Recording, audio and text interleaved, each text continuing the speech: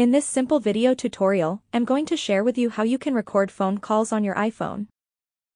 This enables capturing of important details such as business agreements or personal conversations that may be needed later for reference. To do this, simply head to Phone Settings. On the Settings page, scroll down onto the last option of Apps. You will then navigate onto the option of Phone. Inside the section of Calls, head to Call Recording. Make sure to enable this option on. Now to record a phone call, simply get to your contacts and select anyone you want to call. When the call goes through, tap onto this recording icon right here. A recording prompt will show up and your call will get recorded successfully. Once done, tap on the stop button and your recordings will automatically get saved to your notes. Simply open your Notes app. Select on the Call Recordings folder to see all your call recordings.